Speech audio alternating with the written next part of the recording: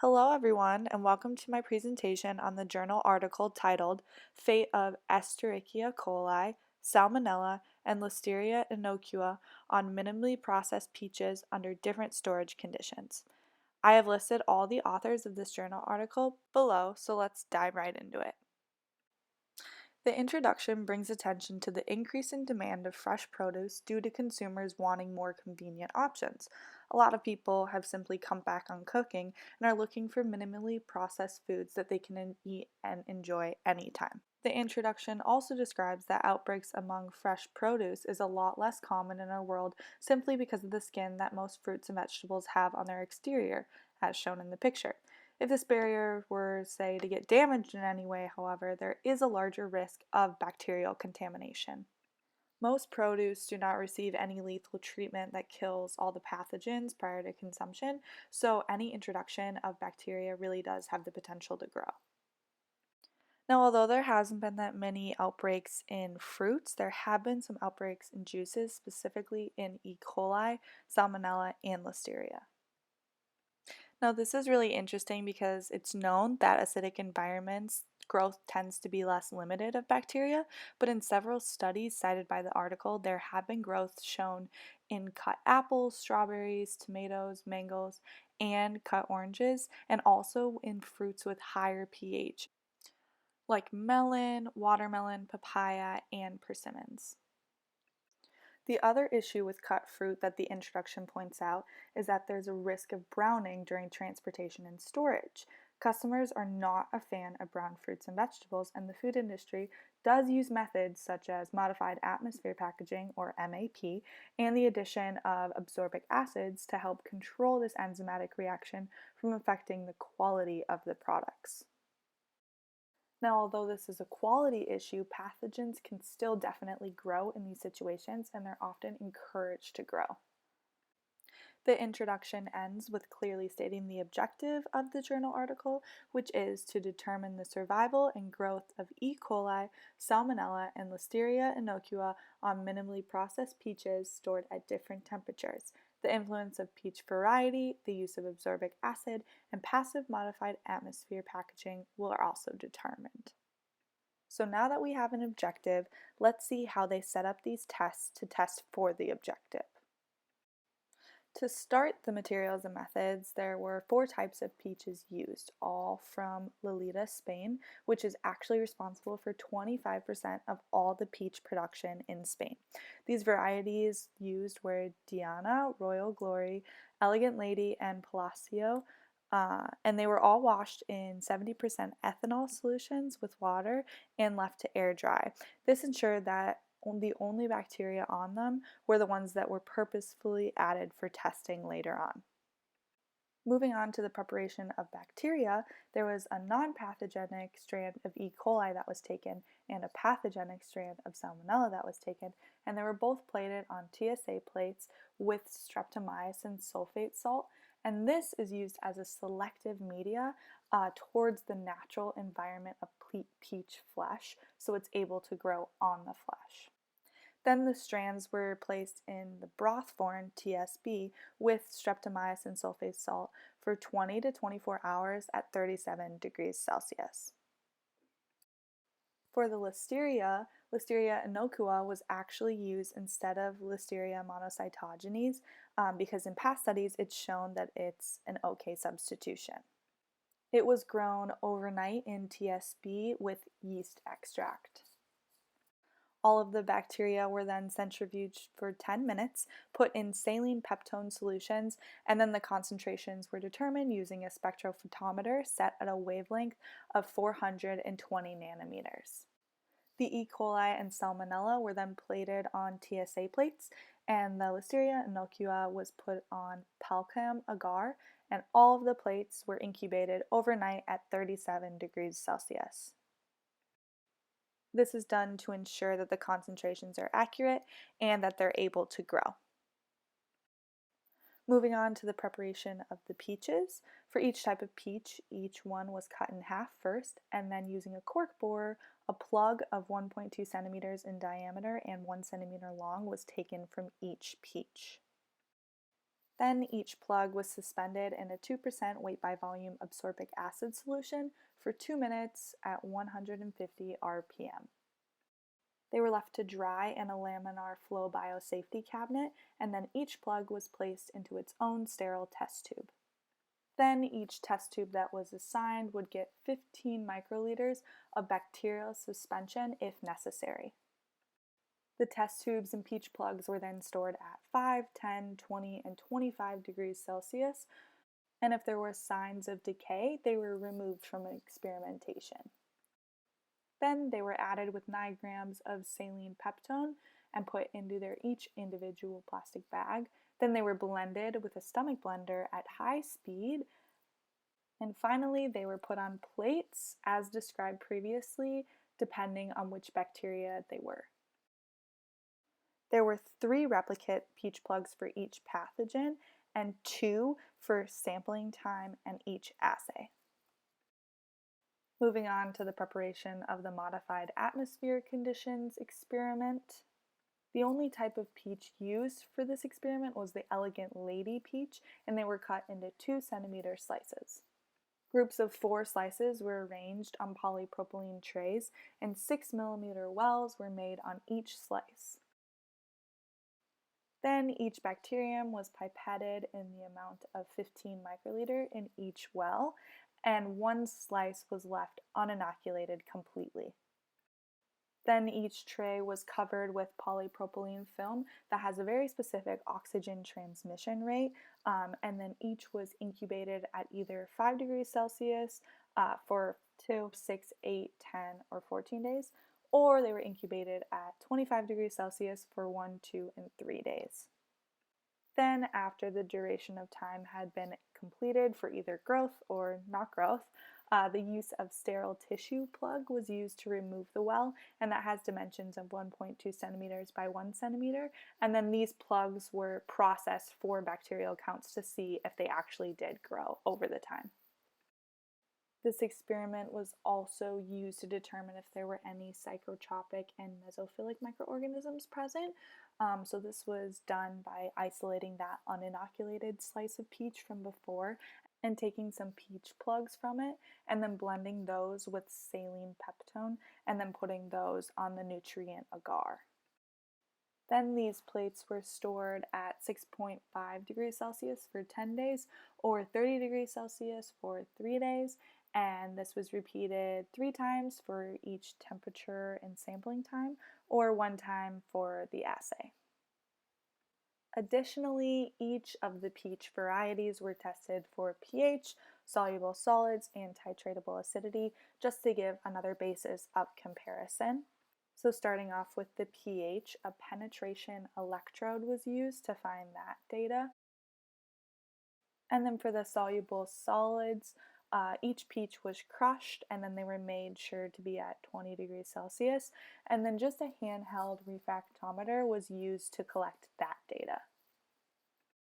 For the titratable acidity analysis, 10 milliliters of peach juice was collected and added with 10 milliliters of water, and then this was titrated with NaOH until it reached the pH of about 8.1. And then these results were calculated as grams of malic acid per liter. So at each sampling date, the peaches were tested again for their pH and also headspace gas composition. So for the pH, each peach plug and 9 milliliters of saline peptone was measured with a pH meter. And for the headspace gas composition, which is the oxygen and CO2 content, each individual tray was tested with a handheld gas analyzer. So also something to point out is the statistics that were used during the study. ANOVA was mostly used, which is transformed to log base 10 CFU plug inverse, otherwise known as just log unit. And then the differences were analyzed by Duncan's multiple range test, and the p-value was based on 0.05, so that way we can determine if something is different from something else statistically.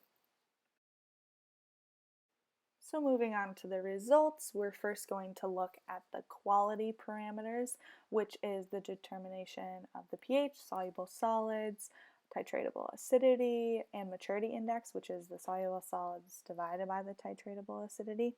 So first, looking at the pH, we can see that Royal Glory had the highest pH of 4.73, and Placecido had the lowest pH of 3.49, which means that the Placecido variety is just slightly more acidic than that of the others.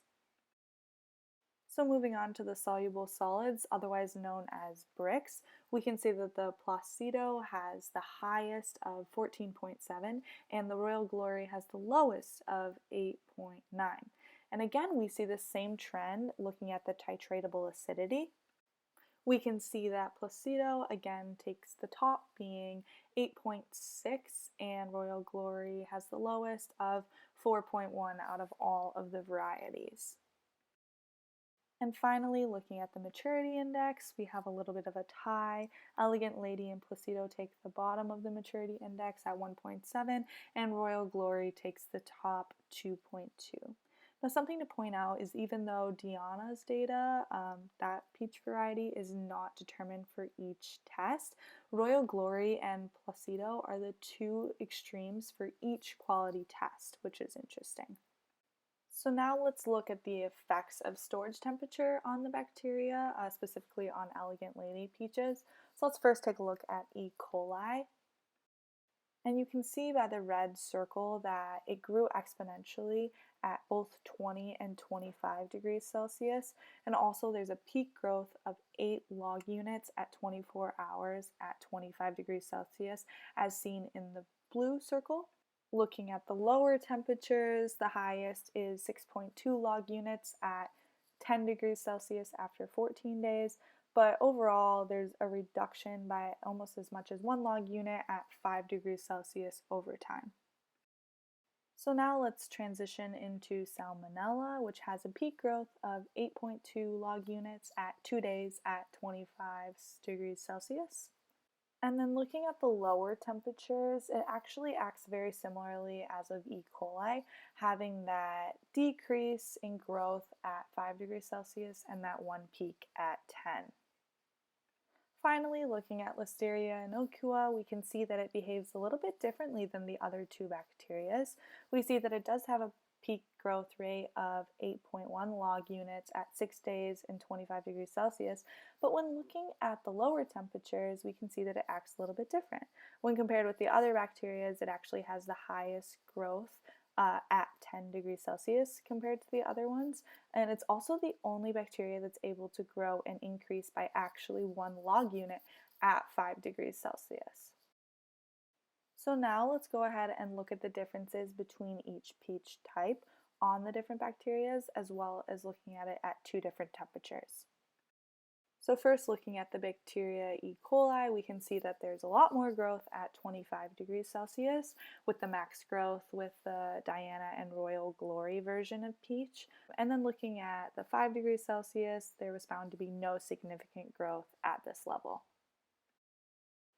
Just like with the temperature test, Salmonella proves to act very similarly with E. coli, yet again, having max growth rates at 25 degrees Celsius with Diana and Royal Glory variety. And just like E. coli, there's not a significant growth rate at 5 degrees Celsius. Finally, looking at Listeria innocua, we can see again that there's more growth at 25 degrees Celsius, this time with max growth being with Diana and Elegant Lady variety. And then looking at the lower temperatures, we can see that it's again a little bit different. There is actually some significant growth at 5 degrees Celsius. Now moving on to the effect of ascorbic acid on bacteria growth in Elegant Lady peaches.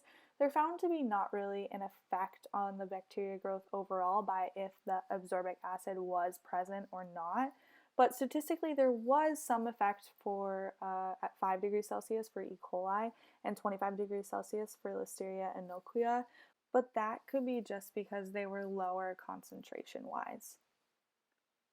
So now let's take a look at the effect of modified atmosphere packaging on the different bacteria growths, specifically in Elegant Lady peaches. And we find that the packaging really does not affect the bacteria growth overall. We do see that regardless of the atmosphere packaging, the bacteria grows exponentially at 25 degrees Celsius with Salmonella, E. coli, and Listeria. But at 5 degrees Celsius, Salmonella and E. coli were similar in that they reduced in growth, but Listeria innocua did in fact grow about 1 log unit at both modified atmosphere packaging and air conditions. And now here we have our very last figure, which shows the oxygen and carbon dioxide levels over time in the peach trays at both 25 degrees Celsius and 5 degrees Celsius. So we can see that for both temperatures, we can see the general trend that carbon dioxide increases and levels off, and oxygen gas decreases and levels off. At 25 degrees Celsius, there's a more drastic change in percent, while at 5 degrees Celsius, there's a less drastic change as the percent stays similar for the gases as the days progress. So now you might be asking, what does this all mean? Why does it matter? Well, the results show us that growth of temperature is really important. We saw that Listeria innocua can grow at 5 degrees Celsius by more than 1 log unit, and it can grow by more than 1.5 log units at 10 degrees Celsius, which is different than the other two bacterias. All three of them can grow by more than 2 log units at 20 and 25 degrees Celsius, which is normally about room temperature. This proves that storage temperature directly leads to microbial safety. Despite the high pH of peaches, there is still a microbial threat, and temperature control can help stop these microorganisms from growing and causing foodborne illness. The results also prove that growth by modified atmosphere packaging or absorbic acid treatment show no difference in growth across the three bacteria. All three grew above 10 degrees Celsius despite the difference in packaging. Although these methods do not necessarily help in food safety per se, it does affect quality of the peaches. These procedures can help prevent browning and slow the growth of molds and yeasts, which affect the overall quality. The journal article ends by pointing at other studies that were done on acidic fruits such as gold and red delicious apples, tomatoes, oranges, and strawberries, and they found that they all showed similar results to what was found in this study. These other studies found that different bacteria grow better or worse in different acids. This can be difficult as produce rarely contains just one kind of acid. This is also found in the peach study as the higher pH values, or the ones that were the least acidic, had the largest growth rates. This infers that bacteria do not prefer acidic conditions. Other studies, specifically with apples, also found that absorbic acid only really affects browning and not bacterial growth rates. Funny enough, this idea also correlates directly to the results of this journal article. Overall, this study does answer its objective and found that it is extremely necessary to understand the importance of temperature with fresh peaches. The journal article proved that as temperature decreases, so does growth rate in most cases. Because of this general trend, it is extremely important to consider implementing refrigeration methods for peaches.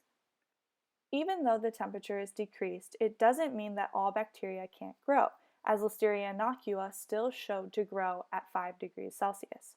Because of this, sanitation, proper PPE, and HACCP programs should always be implemented to ensure the safety of our foods and prevent the spread of foodborne illnesses.